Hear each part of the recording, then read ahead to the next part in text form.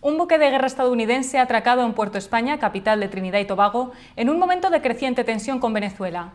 El destructor permanecerá en el puerto hasta el jueves, realizando ejercicios conjuntos con las fuerzas de defensa del país caribeño. Hola, ¿cómo están? Bienvenidos a Euronews Hoy. La llegada del buque coincide con el despliegue de un portaaviones en las cercanías, lo que ha generado críticas por parte del presidente venezolano Nicolás Maduro, quien considera estas acciones como una provocación. Por su parte, el gobierno de Trinidad y Tobago ha expresado su apoyo a la cooperación militar con Estados Unidos, mientras que en la isla se han registrado protestas contra la presencia del buque.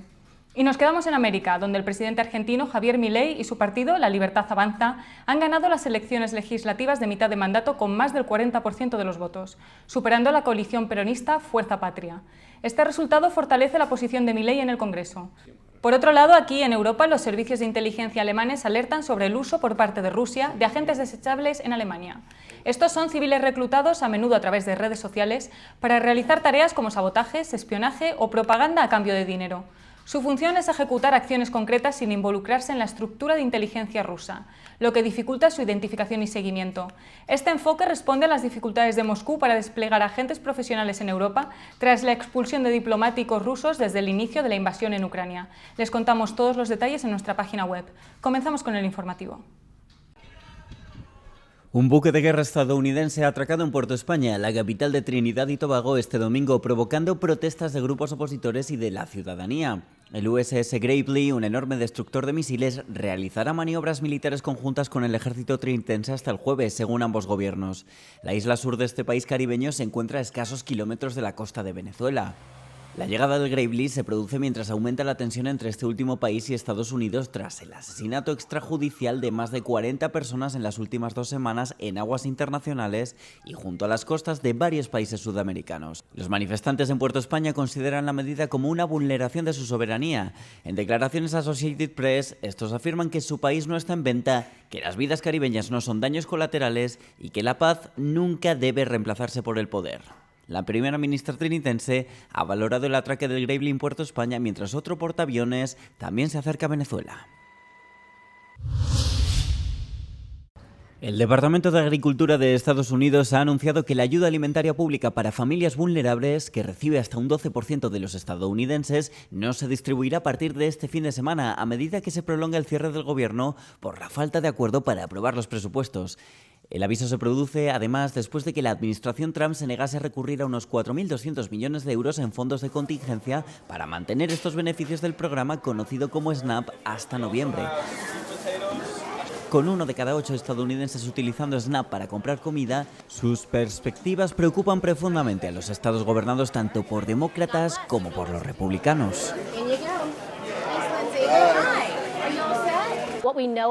Lo que sabemos sobre la inseguridad alimentaria en este país es que los voluntariados como el nuestro y otros no pueden satisfacer las necesidades. SNAP es una parte esencial para satisfacer las necesidades en Estados Unidos y está siendo recortado. El cierre del gobierno se ha convertido en el segundo más largo registrado en la democracia estadounidense. Este comenzó el 1 de octubre, después de que los legisladores no alcanzasen un acuerdo para aprobar un proyecto de ley que financiase los servicios gubernamentales tras expirar el presupuesto federal. La administración Trump culpa a los demócratas, que dicen que no aceptarán reabrir el gobierno hasta que los republicanos negocien con ellos la ampliación de los subsidios que expiran bajo la ley de asistencia asequible. Estados Unidos y China están cada vez más cerca de llegar a un acuerdo comercial, según dijeron el domingo funcionarios de ambos gobiernos. La noticia se produce mientras el presidente estadounidense Donald Trump viaja por Asia. Actualmente se encuentra en Malasia para asistir a una cumbre. Se espera que Trump y el líder chino Xi Jinping sigan ultimando el acuerdo durante su reunión de alto nivel del jueves en Corea del Sur, que es la última parada de Trump en su viaje. Las tensiones entre ambas potencias últimamente habían ido en aumento. Recientemente, Pekín decidió aplicar restricciones más estrictas a las exportaciones de tierras raras y, en respuesta, Trump amenazó con imponer aranceles adicionales a las importaciones chinas. Sin embargo, Trump expresó su confianza en que la solución estaba al caer, afirmando que tanto China como Estados Unidos quieren llegar a un acuerdo. El presidente de Estados Unidos, Donald Trump, ha llegado a Japón para continuar su gira por Asia, que durante una semana le llevará a mantener numerosos encuentros de alto nivel. La primera parada de Trump, que partió hace unos días de Washington, fue Malasia, donde medió en un acuerdo de alto el fuego entre Tailandia y Camboya, poniendo así fin a una disputa fronteriza que ya duraba meses. En Tokio, Trump fue recibido en el Palacio Imperial, donde participó en una visita de cortesía al emperador Naruhito. También tiene previsto reunirse con la nueva primera ministra de Japón, Sanae Takaichi, que asumió el cargo hace menos de una semana y espera pasar página en las relaciones entre Estados Unidos y Japón. Estoy deseando conocer a la nueva primera ministra. He oído cosas fenomenales. Fue una gran aliada y amiga de Shinzo Abe, el ex primer ministro, y él era genial, era uno de los mejores. Y sé que estaban muy unidos. Creo que filosóficamente coincidían, lo cual es bueno. Va a ser muy bueno y eso va a ayudar a Japón y a Estados Unidos. Creo que lo va a hacer genial. Takaichi ya ha tenido un gesto ofreciéndose a comprar una flota de camionetas estadounidenses Ford F-150 para su uso oficial, a pesar de su escasa funcionalidad allí, dada la gran cantidad de calles estrechas que hay en Japón. Trump se había enfrentado al anterior líder de Japón por lo que calificó de relación comercial injusta entre Washington y Tokio. El presidente de Estados Unidos también visitará Corea del Sur para reunirse con el presidente Lee Jae-myung, un viaje que también incluirá conversaciones de alto nivel con su homólogo chino Xi Jinping. El huracán Melissa avanza con fuerza hacia Jamaica y amenaza con convertirse en una tormenta de categoría 5, que sería la más poderosa jamás registrada en la isla. Se espera que Melissa toque tierra en la isla entre la noche del lunes y la mañana del martes. El domingo, el huracán alcanzó vientos máximos sostenidos de 233 kilómetros por hora mientras avanzaba hacia el oeste, causando olas de hasta 3 metros de altura. Se estima que la tormenta deje entre 38 y 76 centímetros de lluvia en Jamaica y en la isla de la Española, la segunda más grande del Caribe, para el miércoles. Meteorólogos estadounidenses señalan que la intensidad de Melissa podría disminuir antes de llegar al este de Cuba el martes por la noche y a las Bahamas el miércoles. Durante el fin de semana, al menos 3 personas murieron en Haití y una en la República Dominicana. El partido del presidente argentino Javier Milei logró una amplia victoria en las elecciones legislativas de este domingo, con más del 40% de los votos. La Libertad Avanza se impuso en unos comicios clave para renovar casi la mitad de la Cámara Baja del Congreso, con más del 97% del escrutinio completado. El resultado refuerza el proyecto económico de Milei, basado en una política de libre mercado y respaldado, según el propio mandatario, por el compromiso de inversión del presidente estadounidense Donald Trump. El líder argentino obtuvo triunfos decisivos en varios distritos clave, arrasando en 8 de ellos.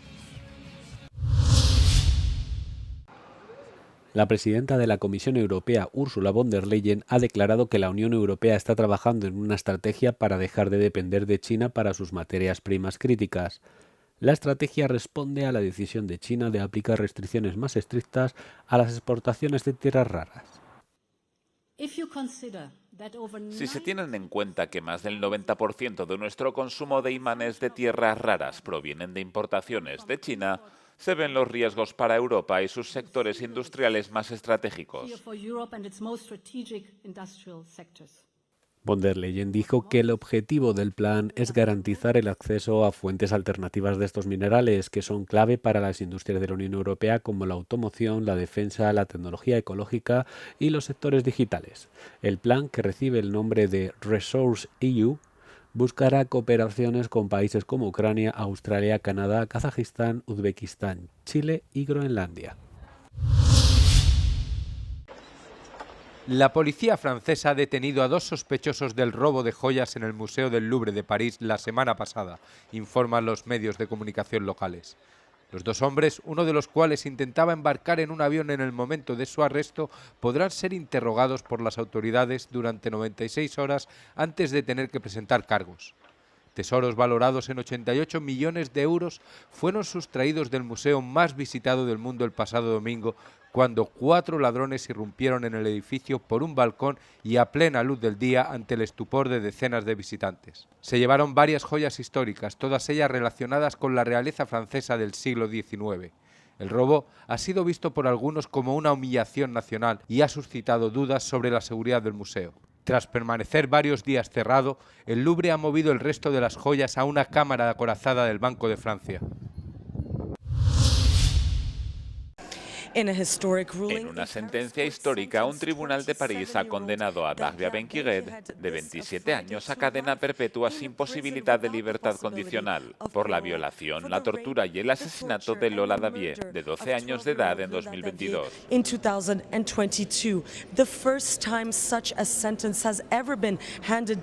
La primera vez que se ha dictado nunca una sentencia así a una mujer en Francia. El caso horrorizó a la nación por su brutalidad y encendió un feroz debate político tras revelarse que Ben-Kigued, nacida en Argelia, estaba indocumentada y se le había pedido que abandonara el país solo 2 meses antes del crimen.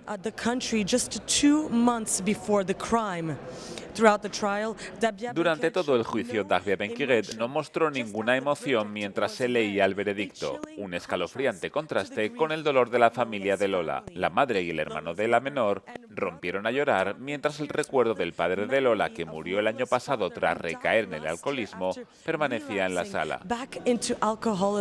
Ben-Kigued tiene ahora 10 días para apelar esta decisión.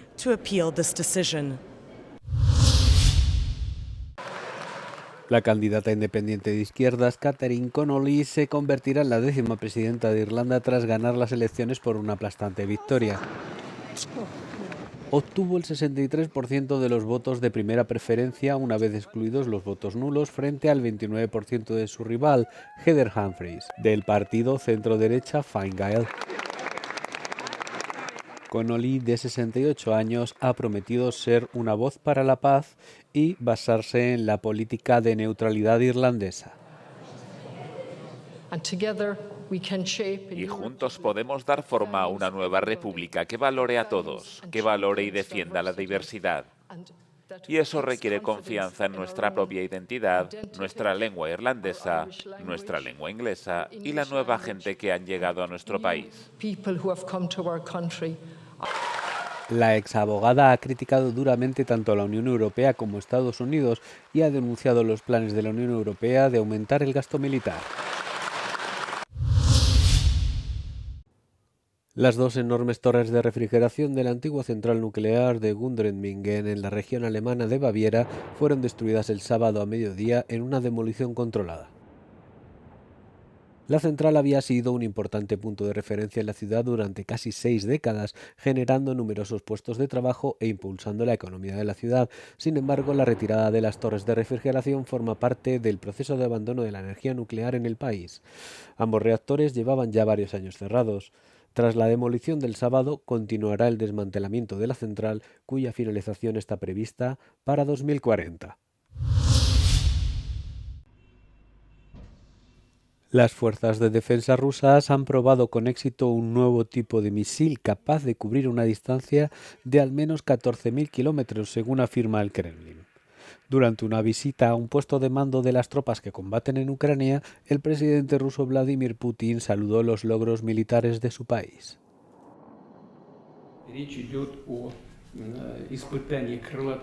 Estamos hablando de las pruebas del misil de crucero de propulsión nuclear de alcance ilimitado Burevestnik. Sé que tengo un informe de la industria y también estoy familiarizado con las evaluaciones del ministro de Defensa. Estos son, después de todo, productos únicos sin igual en ningún otro lugar del mundo. Se cree que el misil Burevestnik puede llevar una ojiva nuclear o una convencional y potencialmente podría permanecer en el aire durante mucho más tiempo que otros misiles gracias a la propulsión nuclear. Durante estas pruebas ha estado volando más de 15 horas. En una entrevista con Euronews, la comisaria europea Hadja Labib defiende la postura de Bélgica frente a las críticas por su resistencia a desbloquear los activos rusos congelados para apoyar financieramente a Ucrania. Durante la cumbre de líderes de la UE, varios países acusaron a Bélgica de bloquear un préstamo que se financiaría con fondos rusos inmovilizados que actualmente se encuentran en Bélgica. No estamos bloqueando los préstamos y desde hace 2 años también estamos dando a los ucranianos los beneficios y los intereses de estos préstamos que están bloqueados. Es la primera vez en nuestra historia que esto sucede. No tenemos un ejemplo a seguir y tiene que estar garantizado desde un punto de vista legal. Bélgica teme posibles represalias de Moscú si Rusia exigiera la devolución de sus fondos. Necesitamos asegurar el aspecto legal para estar seguros de que Bélgica no va a ser llevada ante un tribunal de justicia más adelante.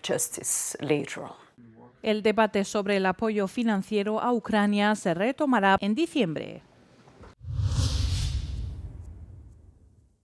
Una familia con un hijo con discapacidad y neurodiversidad protagoniza The Silence of Sky, la premiada representación no verbal que combina máscaras y mimo. La producción viajó de Canadá a Chipre y se presenta durante 2 noches en el castillo medieval de Larnaca. La narración se basa enteramente en la expresión física y la proyección de texto, creando un mundo visual y emocional en el que cada espectador está invitado a dar su propia interpretación. La historia se desarrolla a través de la perspectiva del niño. El texto se proyecta sobre el escenario con un vocabulario sencillo y errores lingüísticos deliberados, manteniendo la autenticidad y la percepción del niño. Anana Raidwald encarna con sensibilidad 3 personajes diferentes, la madre, el padre y su hijo, o Urania, ofreciendo una interpretación tierna y conmovedora. Este cautivador espectáculo fue idea suya y está basado en su propia historia personal. Está inspirado en mi hermana pequeña que vive con una discapacidad y necesita cuidados las 24 horas. Y tenía curiosidad por la dinámica, la tensión y las pruebas que van con el cuidado de alguien que tiene una necesidad tan grande.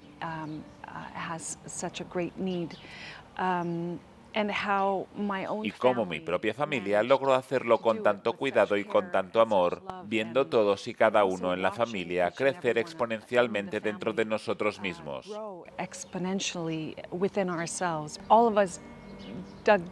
Todos nosotros profundizamos y encontramos un nivel de empatía y humanidad que me habría perdido si no hubiera tenido a alguien tan especial y maravillosa como mi hermana en mi vida.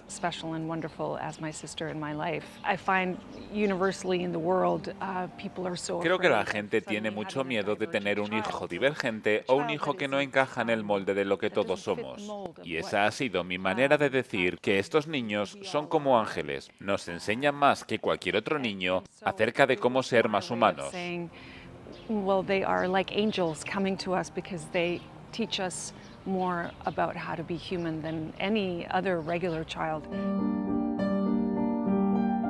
El punto de partida de esta producción se sitúa 10 años atrás. Anana se puso en contacto con el director Zack Fraser, que también había dirigido su anterior obra teatral. The Silence of Sky se estrenó mundialmente en Montreal en 2021, ganando 2 premios Meta de teatro, los de producción independiente y actuación destacada.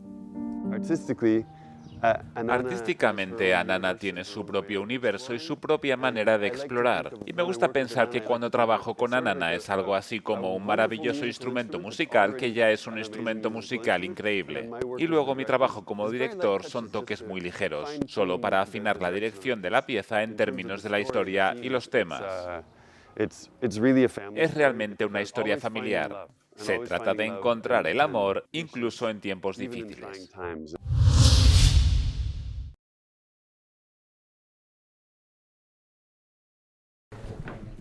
Disponer de alimentos suficientes es un derecho que los estados y el modelo económico actual deben asumir, especialmente en un mundo cada vez más rico. Este llamamiento figura en una declaración conjunta lanzada esta semana en Roma por Caritas, World Vision y el Consejo Mundial de Iglesias. El acto, organizado por las 3 organizaciones cristianas, la primera católica y las otras 2 protestantes, coincide con las reuniones de la FAO sobre seguridad alimentaria mundial celebradas en la Ciudad Eterna del 20 al 24 de octubre. La crisis climática sigue empeorando y hay conflictos por todas partes, pero también vemos cómo el hambre se utiliza como arma de guerra. Los recortes de ayuda de Estados Unidos y otros países son muy preocupantes. Han causado daños inmediatos. En muchos casos ha muerto gente como consecuencia a corto plazo y para millones de personas vivir con dignidad se ha vuelto muy difícil. Sin embargo, para Fakhri, la principal causa de la emergencia alimentaria es el poder de las multinacionales que producen en ocasiones perjuicios a los consumidores y al medio ambiente. Una de mis principales preocupaciones es el auge del etnonacionalismo de regímenes autoritarios racistas o patriarcales. Vemos como aquellos que están en el poder lo emplean para hacer daño. Esto es preocupante no solo en relación con los sistemas alimentarios, sino también para la vida de este mundo tal y como lo conocemos. Según este abogado canadiense, urge cambiar el modelo vigente y se necesita la ayuda de todas, incluidas las ONGs que tienen sus propias redes sobre el terreno. Un ejemplo son las asociaciones de inspiración religiosa como Caritas.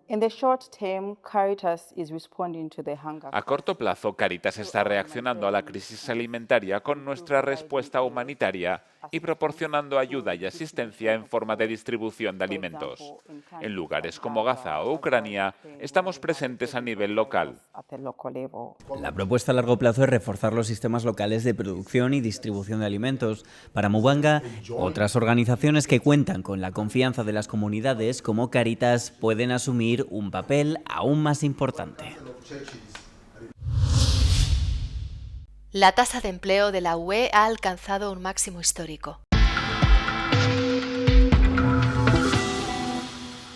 El 75,8% de los ciudadanos de la UE entre los 20 y los 64 años trabajan actualmente. Esta cifra está a solo 2,2 puntos del objetivo del 78% fijado por la UE para 2030. Sin embargo, el 46,5% de las regiones y territorios de la UE ya han superado el objetivo del 78%. La mayoría de ellas se encuentran en el norte de Europa. Aparte de los países con menos de 2 millones de habitantes, las mayores concentraciones se registraron en Países Bajos, Suecia, Irlanda y Dinamarca y la República Checa. Todas sus regiones han alcanzado o superado la tasa de empleo del 78%. Alemania también ocupa un lugar destacado, con todas sus regiones y departamentos en el objetivo, salvo Berlín, Bremen y Düsseldorf. Por regiones, la mayor tasa de empleo se registra en el archipiélago finlandés de Åland, 86,4%. Varsovia, la capital de Polonia, ocupa el segundo lugar, seguida de otras dos capitales, Bratislava y Budapest. Y excluyendo los territorios de ultramar como la Francia no metropolitana o los enclaves africanos españoles de Ceuta y Melilla, Italia cuenta con 7 de las 10 regiones de la UE con las peores tasas de empleo declaradas. ¿Han grabado los presos de la Santé la nueva celda de Sarkozy? El expresidente de Francia, Nicolas Sarkozy, ha comenzado el pasado 21 de octubre su pena de 5 años de cárcel en la cárcel de la Santé, situada en el distrito 14 de París. Ha sido encarcelado tras ser declarado culpable de conspirar para financiar su campaña presidencial de 2007 con fondos ilícitos del ex líder libio Gaddafi. Aunque varios centenares de personas se congregaron en torno a la casa de Sarkozy en la mañana de su encarcelamiento, no tuvo la misma bienvenida una vez que llegó a la prisión. Sarko está justo allí, en la sección aislada, solo en su celda. Lo sabemos todo, vamos a vengar a Gaddafi. Lo sabemos todo, Sarko. Los vídeos han desatado especulaciones entre la población francesa, así como en su clase política, con muchos poniendo en duda la veracidad de los vídeos. Un portavoz de la Fiscalía de París ha confirmado a The Cube que se ha notificado que un vídeo ha sido grabado por presos que cohabitan en la prisión donde se encuentra Sarkozy. A su vez, 3 personas han sido puestas bajo custodia policial, mientras que las autoridades han confiscado 2 teléfonos. La Fiscalía ha abierto una investigación por las amenazas de muerte propinadas a Sarkozy en el vídeo. Otra fuente ha declarado a The Cube que ambos vídeos son auténticos. La opinión pública francesa ha cuestionado cómo los reclusos pueden acceder a teléfonos y a las redes sociales. Los teléfonos móviles están legalmente prohibidos en las cárceles francesas. En 2023 se incautaron 53.000 móviles en las cárceles francesas y otros 40.000 al año siguiente, según el Ministerio de Justicia. Existen varias razones por qué los presos tienen acceso a teléfonos. Esto puede deberse a acuerdos con la dirección de la prisión, así como complicaciones en torno a la codificación de las líneas telefónicas.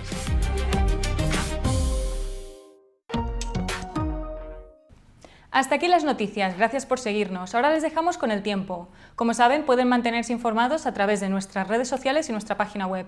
No olviden seguirnos en el canal de YouTube para no perderse ningún Euronews hoy y compartan el vídeo.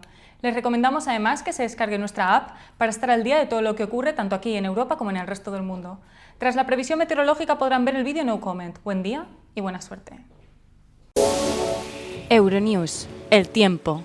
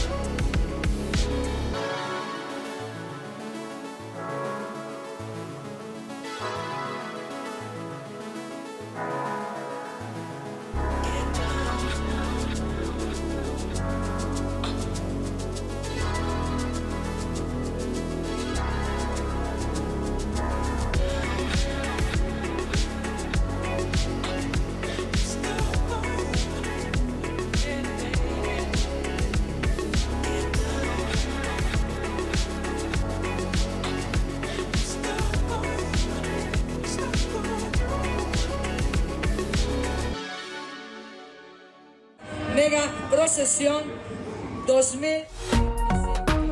¿Ya estamos listos? Claro.